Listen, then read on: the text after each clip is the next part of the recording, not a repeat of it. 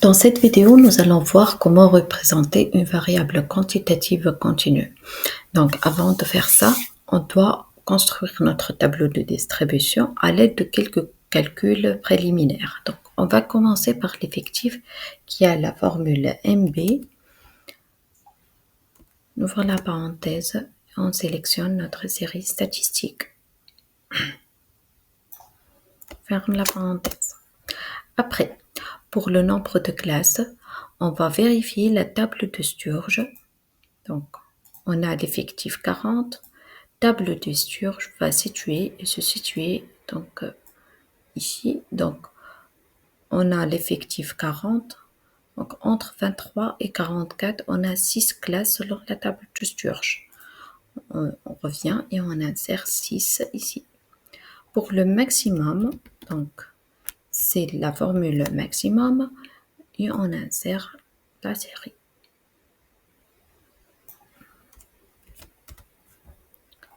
Pour le min, c'est la même chose.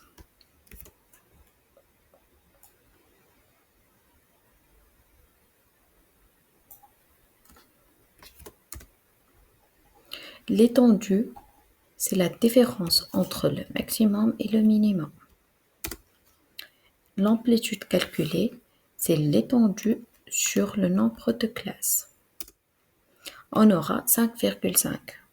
Donc, pour l'amplitude choisie, ça doit être soit 1, 2, 5, 10, etc. Donc, ici, on a l'amplitude qui est proche à 5. Donc, on va choisir 5. Une fois terminé, on va construire notre tableau de distribution à l'aide de tableau croisé dynamique. Insertion, tableau croisé dynamique, feuille de calcul existante, et on va insérer le tableau ici. On fait glisser la variable dans les lignes, encore une fois la variable dans les valeurs. Et on aura somme qu'on va changer en nombre. Donc, notre tableau est presque terminé. On a plusieurs valeurs. On vient sur n'importe quelle valeur avec la clique droite. Donc, on vient sur n'importe quelle valeur avec la clique droite, grouper, et on aura donc quelques champs à remplir. Pour le début, c'est le minimum qu'on a déjà calculé. La fin, c'est le maximum qu'on a déjà calculé. Et pour par, ça va être l'amplitude choisie. Donc, c'est bon, on a notre tableau de distribution avec des intervalles qui ont un pas de 5.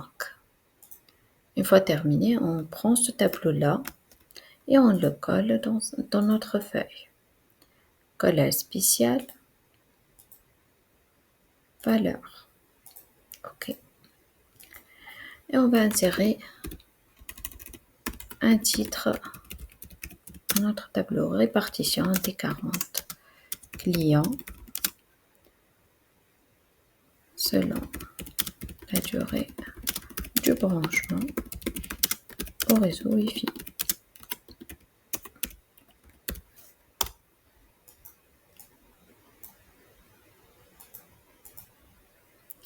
Une fois terminé, on va ajouter donc le pourcentage qui est la fréquence relative.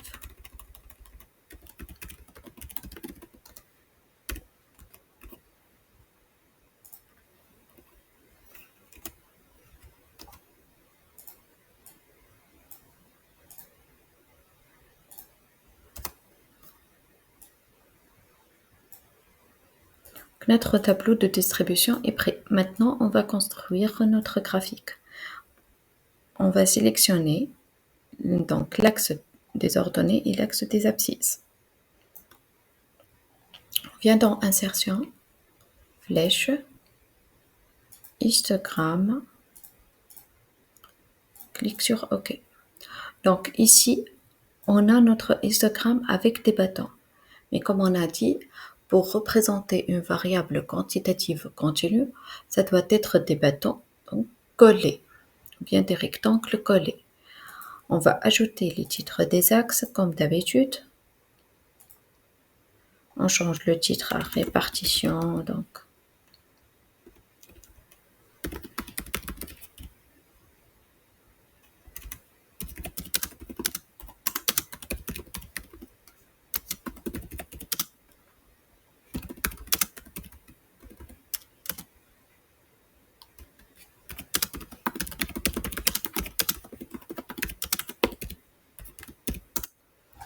On change le titre de l'axe vertical, qui est le pourcentage.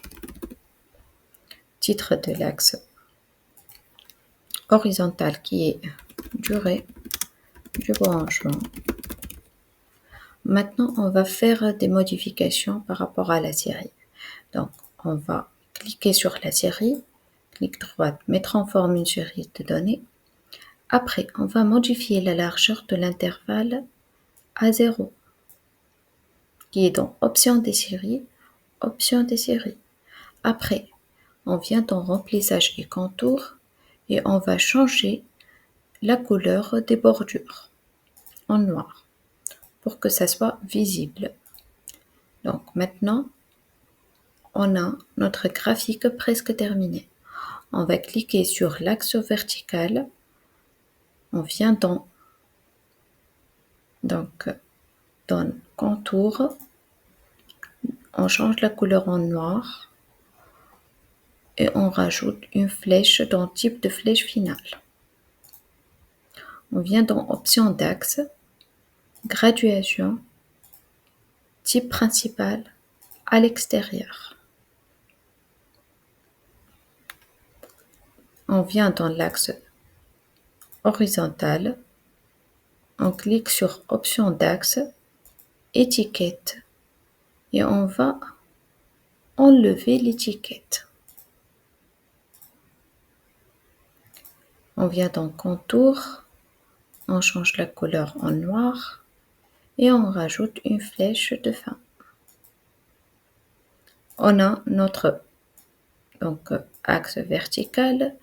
Ici, pourquoi on a effacé les étiquettes de l'axe horizontal? Parce qu'on doit plutôt mettre les bornes des classes plutôt que les classes. Donc, on va insérer une zone de texte ici avec les bornes.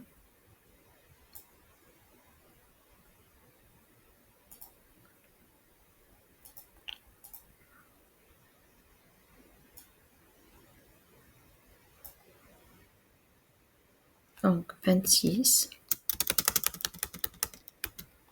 31, 10.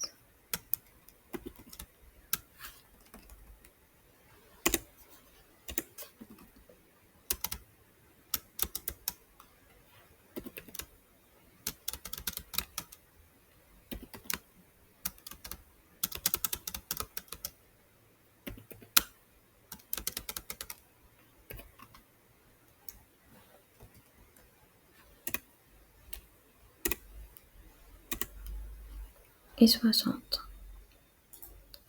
On va enlever donc le contour, il n'y a pas de contour et c'est bon.